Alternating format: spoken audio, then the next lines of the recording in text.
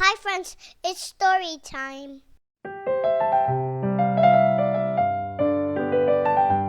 The Frog Prince.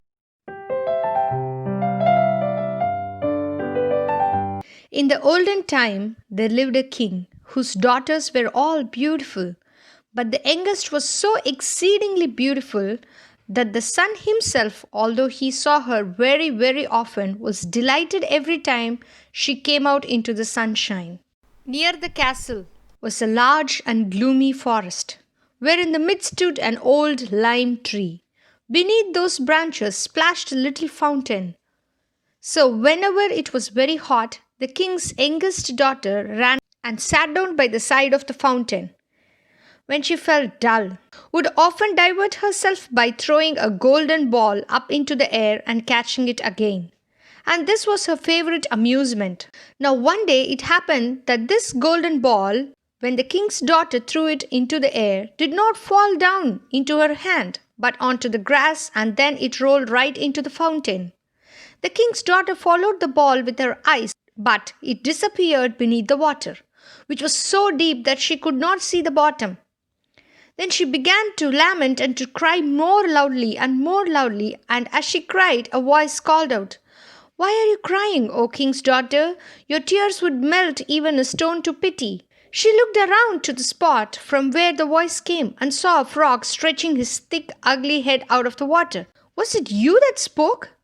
I am weeping for my golden ball, which bounced away from me into the water." "Be quiet and do not cry. I can help you. But what will you give me if I succeed in fetching your ball again?" "What would you like, dear frog? My dresses, my pearls and jewels, or the golden crown which I wear?" The frog replied, "Dresses or jewels or golden crowns are not for me. But if you will love me and let me be your companion and playmate, and sit at your table and eat from your golden plate and drink out of your cup and sleep in your little bed, if you will promise me all these things, then I will dive down and fetch up your golden ball." "Oh, I promise you all, if you will only get my golden ball." But she thought to herself, "What is the silly frog chattering about? Let him stay in the water with his equals. He cannot enter into human society." Then the frog, as soon as he had received her promise, drew his head under the water and dived down. Presently he swam up again with the golden ball in his mouth and threw it on the grass. The king's daughter was full of joy when she saw again her beautiful playing thing. She ran off immediately, picking the golden ball. "Stop! Stop!" cried the frog. "Take me with you. I cannot run as you can." Although it was loud enough, the king's daughter did not hear it. The next day, when the king's daughter was sitting at the table with her father and all his assistants and was eating from her own little golden plate, something was heard coming up the marble stairs. Splish, splash, splish, splash.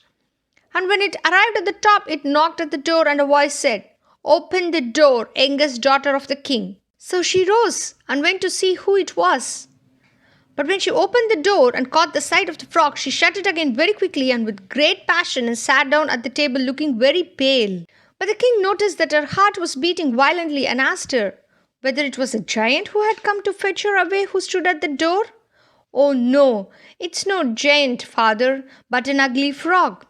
"What does the frog want with you?" asked the king. "Oh, dear father, yesterday when I was playing by the fountain, my golden ball fell into the water, and this frog fetched it up again because I cried so much. But first, I must tell you, he asked me so much that I promised him he could be my companion. I never thought that he could come out of the water, but somehow he has managed to jump out, and now he wants to come in here." At that moment, there was another knock, and a voice said, "King's youngest daughter, open the door.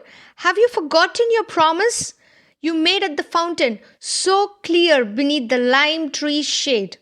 Open the door." Then the king said, "What have you promised?" "That you must do. Go and let him in." So the king's daughter went and opened the door. The frog hopped in after her right up to her chair, and as soon as she was seated, he said, "Lift me up." But she hesitated so long that the king had to order her to obey.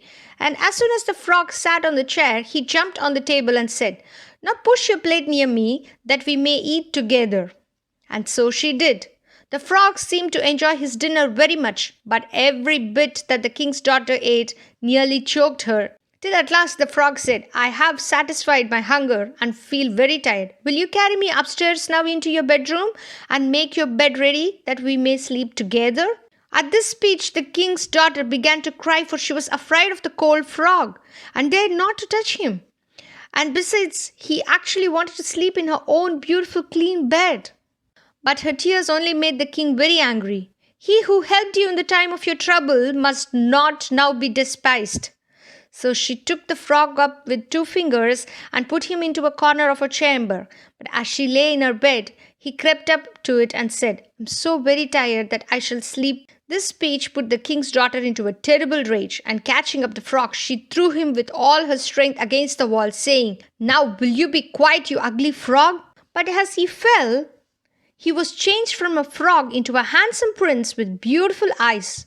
The prince explained that a witch had cast a spell on him and turned him into a frog. The only way this spell could be broken was by the passion of a princess, which had now just happened. Over another year of friendship, they became very close. Friendship turned to courtship and finally to a proposal of marriage from the prince. When they got married, they both dressed up as frogs for the fun, and the princess wore a green wedding dress. From that day onwards, frogs were honored throughout the kingdom. The end.